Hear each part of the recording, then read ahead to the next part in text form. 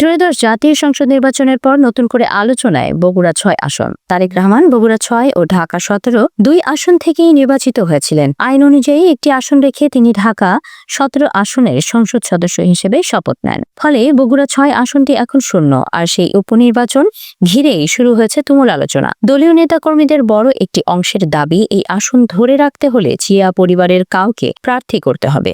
আলোচনায় যাদের নাম তারা ডক্টর জুবাইদা রহমান, ব্যারিস্টার জাইমা রহমান ও শর্মিলা রহমান শিখি। অর্থাৎ প্রতীকী ও আবেগের রাজনীতিকে গুরুত্ব দিতে চাইছে একটি অংশ। জিয়া পরিবারের বাইরে সম্ভাব্য প্রার্থীদের মধ্যে রয়েছেন তারা হলেন ডক্টর মওদুদ হোসেন আলমগীর পাভেল, রেজাউল করিম বাদশাহ, AKM মাহবুবুর রহমান, জয়নাল আবেদিন চান, আলী আসগর তালুকদার হেনা ও হেলালুজ্জামান তালুকদার লালু। দলীয় সূত্রের দাবি, সাম্প্রতিক নির্বাচনে জামায়াত প্রার্থীর প্রাপ্ত ভোট বিবেচনায় জিয়া পরিবারের বাইরে কাউকে দিলে বিজয় কঠিন হতে পারে, অর্থাৎ উপনির্বাচনে ঝুঁকি আছে। ডক্টর আফসারুল হাবিব বলেছেন, আসনটি রক্ষা করতে হলে জিয়া পরিবারের কাউকে মনোনয়ন দেওয়া উচিত। অ্যাডভোকেট আব্দুল বাসেদ বলছেন, জিয়া পরিবারের বিকল্প নেই।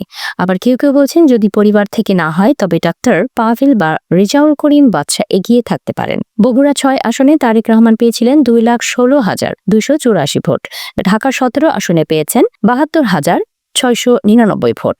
কিন্তু উপনির্বাচনে কি একই আবেগ কাজ করবে, নাকি প্রার্থী নির্ভর ভোটে ফলাফল বদলে যেতে পারে?